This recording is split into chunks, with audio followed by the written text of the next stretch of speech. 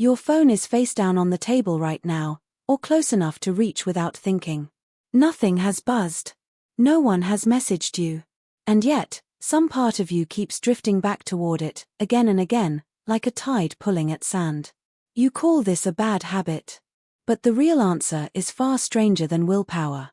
Somewhere inside you, a system built for finding food in the wilderness is currently obsessed with a small glass rectangle. Start with a simple question.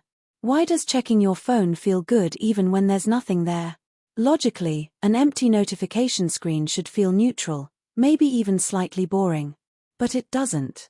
It feels like a small pull, a quiet tug, sometimes even before you've consciously decided to look.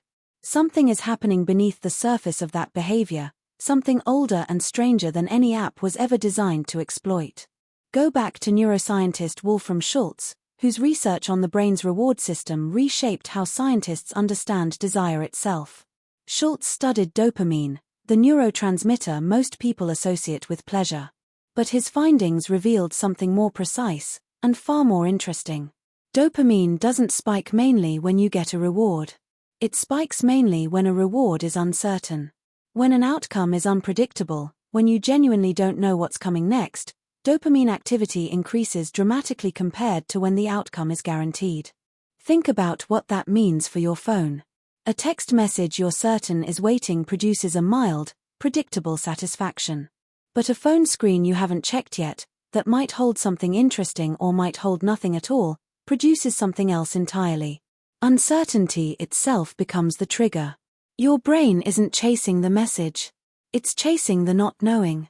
Here's where the story goes back further than smartphones, further than the internet, further than anything resembling modern technology. This uncertainty-driven reward system wasn't built for text messages. It was built for foraging. Picture an early human moving through unfamiliar terrain, searching for food. Berries under one bush. Roots beneath a patch of disturbed soil. A beehive, if you're lucky and careful. None of it was guaranteed. Some bushes held nothing. Some patches of ground were empty.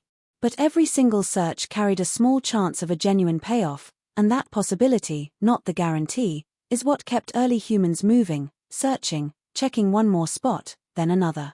Behavioral ecologists have long studied this pattern in animals under something called optimal foraging theory, and one of its central insights applies directly here. Animals, including humans, are wired to keep searching in environments with unpredictable rewards, because unpredictable rewards were historically tied to survival. An ancestor who gave up searching after one empty bush would starve. An ancestor who kept checking, driven by the small chance of finding something, survived long enough to pass that exact tendency down. Now here's the twist that changes everything. Psychologist B.F. Skinner demonstrated something remarkable decades ago using laboratory animals and simple mechanical levers. He found that behavior rewarded on a variable, unpredictable schedule became far more persistent, far more resistant to stopping, than behavior rewarded every single time. An animal that received a reward every time it pressed a lever eventually stopped pressing once rewards ended. But an animal that only sometimes received a reward kept pressing long after the rewards had stopped entirely. Unpredictability didn't just motivate behavior. It made behavior almost impossible to quit. Sit with that for a moment. Your phone doesn't reward you every time you check it. Some checks reveal something interesting. Most reveal nothing. That's not a flaw in how apps are designed. That's the exact mechanism Skinner identified, operating on a screen instead of a mechanical lever, and it's precisely why the behavior feels so difficult to simply stop through willpower alone. This is where the story becomes uncomfortable in a useful way. Modern app design didn't invent this pull.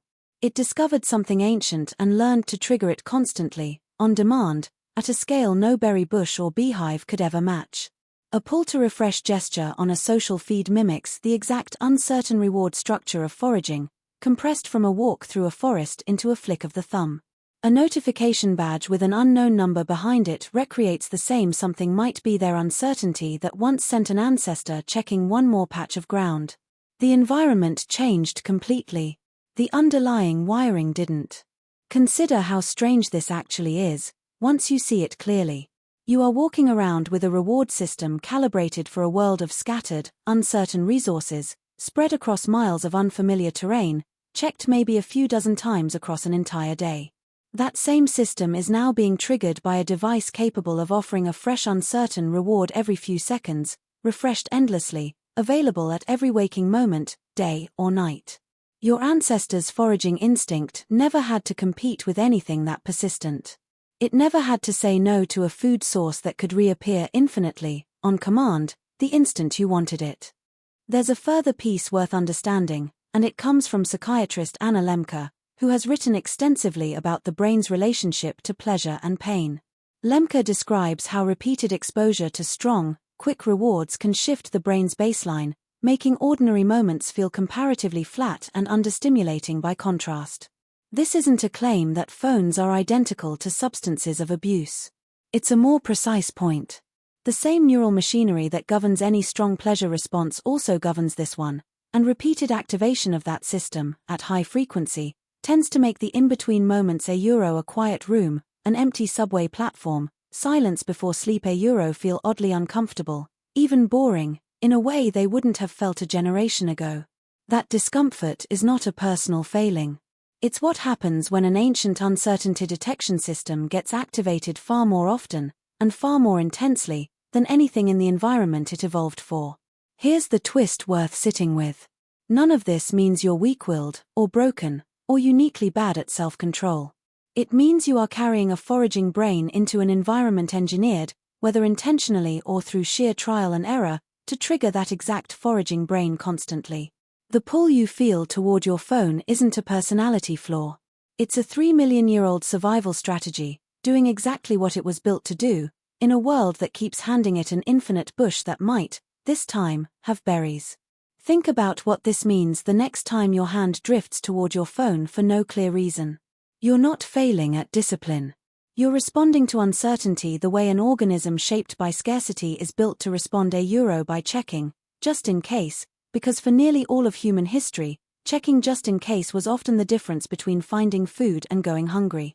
Your phone is probably still sitting there right now, screen dark, nothing waiting behind it that you know of. But some part of you may still drift toward it before you've decided to, the same way an ancestor's hand once drifted toward one more bush, one more patch of disturbed soil, one more small, uncertain chance that this time, there might be something there.